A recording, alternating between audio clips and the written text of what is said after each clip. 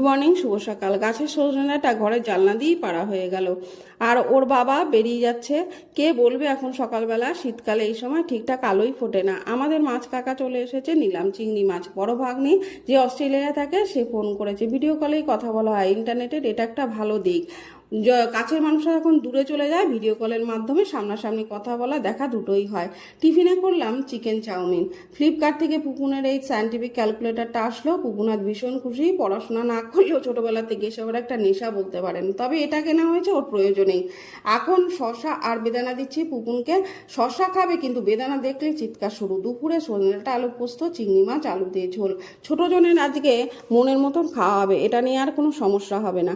সন্ধ্যাবেলায় গাছের আম আর সজনে ডাঁটা দিতে গেল বর্দির বাড়িতে। আর মুদিখানার বেশ কিছু জিনিসের সাথে আসলো হচ্ছে সোনপাপড়ি ও ডিম এনেছিল, সেগুলো ফ্রিজে তুলে রাখলাম। এত গরম, তাও চা না খেলে হবেই না আমাদের।